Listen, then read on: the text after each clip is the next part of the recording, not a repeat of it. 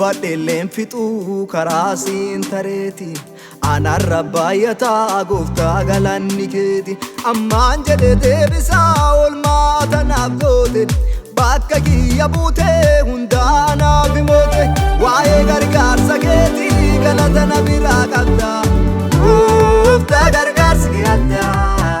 waaqa keetii galanni keetii ansiin taree bara jabaa eegameeti nama jiraachuuf carraan itti dhiphatu ansiin ta'ee nama jireenya argatu waaqa keetii galanni keetii ansiin taree bara jabaa eegameeti nama jiraachuuf carraan itti dhiphatu ansiin ta'ee nama jireenya argatu.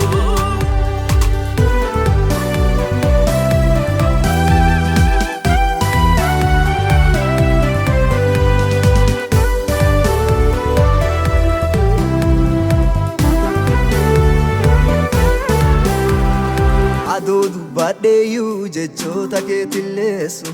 anarra baay'ataa galata keetiin balleessu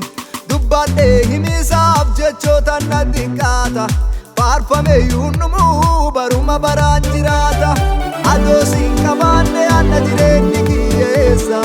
faarfamee numuu galati na keessa waaqa keetii galanni keetii ansiin taree bara jabaa eegameeti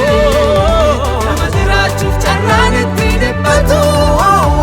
ansiin ta'ee nama jireenya argatu waaqa keetii galanni keetii ansiin taree bara jabaa eegameeti nama jiraachuuf carraan itti dhiphatu ansiin ta'ee nama jireenya argatu.